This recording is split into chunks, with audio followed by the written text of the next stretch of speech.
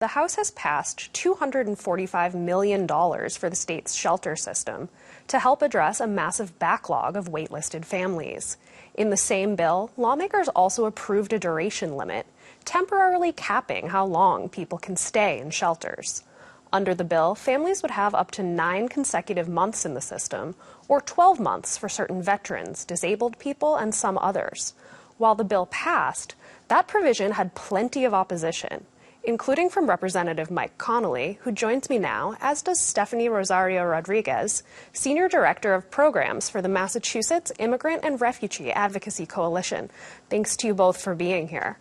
And Stephanie, I want to start with you, and I'm wondering what you make of this provision to limit the length of shelter stays.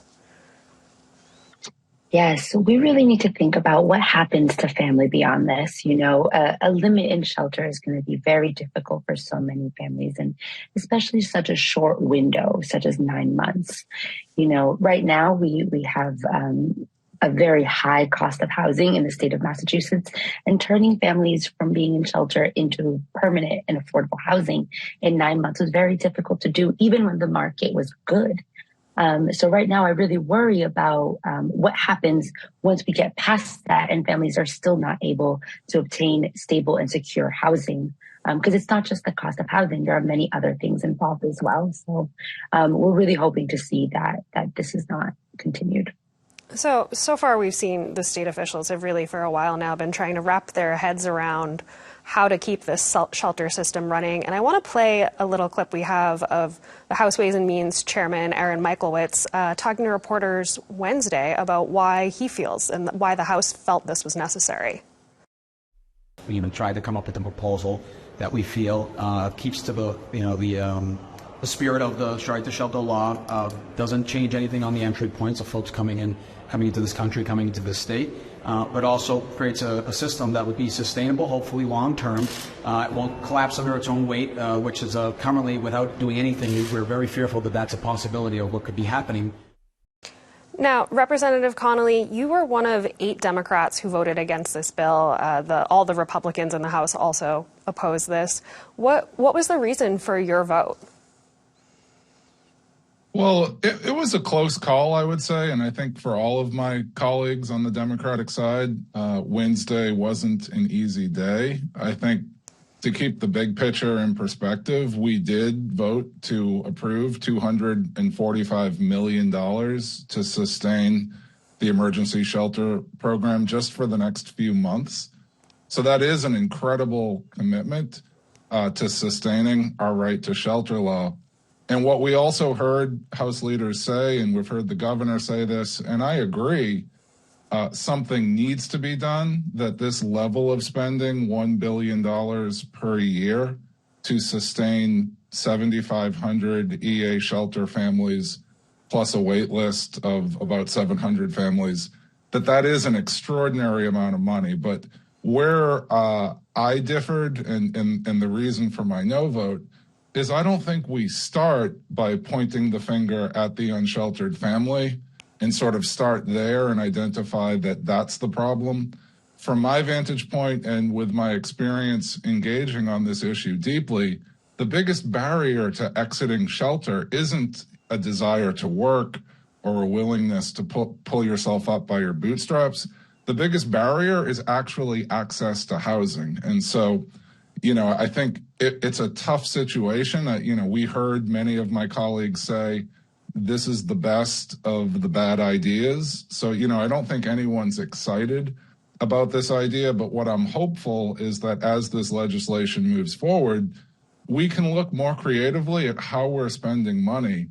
And my preference would be to allocate whatever amount of money we can spend and then look to creative ways to spend that money without our starting place being an arbitrary cap on the length of stay. We know the average length of stay is 13 to 14 months.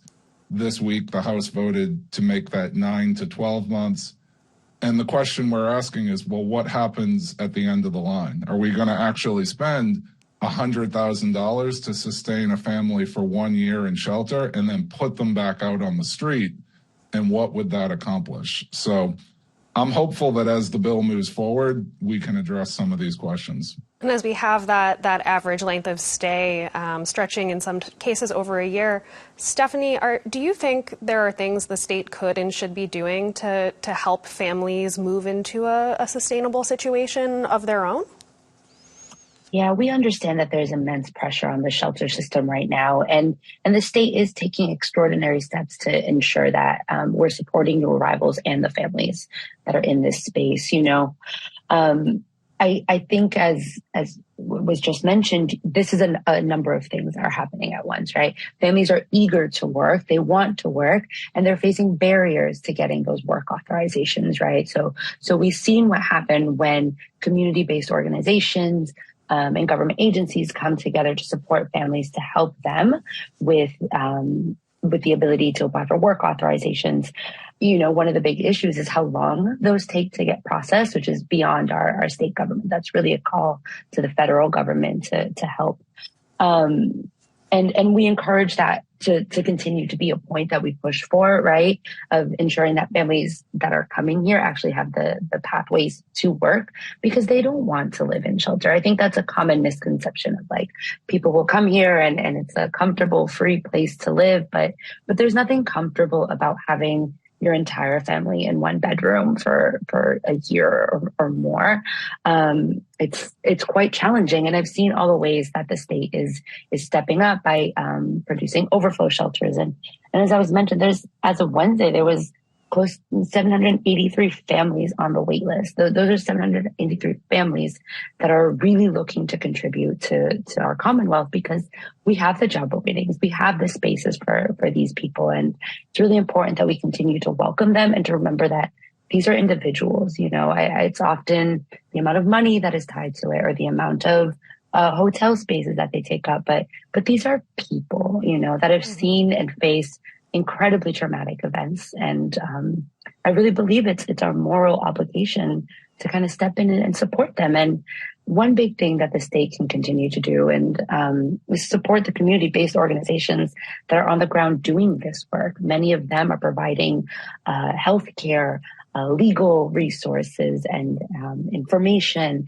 access to vaccines and school care. And they continue to do so in a way that is in the languages that these families speak and is culturally responsive. So they understand where their families are coming from and how to meet those needs. And they've been continuing to step up the work and they need more funding. Great. And I think it's worth noting the bill does take some steps to encourage people to get job training, including tax credits for businesses that train shelter residents and requiring the Healy administration to seek some waivers for expedited or temporary work authorizations. Representative Connolly, in our last 30 seconds or so here, I know one thing you've called for is to look at greater efficiencies the Healy administration could seek as a way to help save money on this program. What would that look like to you? Well, certainly, I think considering some larger overflow sites to try to develop some efficiencies there. We've heard, different representatives suggest different sites in different parts of the state. We did pass an amendment on the floor on Wednesday that would require competitive bidding for food service. So, I think to be fair to the administration, when the shelter system sort of exploded the way it has in the last year or two, it was sort of an emergency response. Mm-hmm. And I think now that we have a sense that this is trending at $1 billion per year, again, that's for 7,500 families plus a wait list. I think that now creates the opportunity to say, how much money can we afford and how can we maintain our right to shelter with that allocated budget? And I have to believe we could start in that direction without compromising the right to shelter. And for the amount of money we're spending, we should be able to sustain this program and continue to live up to our values. All right, well, we'll see where it goes from here. Thank you both for your time. Representative Mike Connolly, Stephanie Rosario Rodriguez from MIRA, appreciate it. Thank you.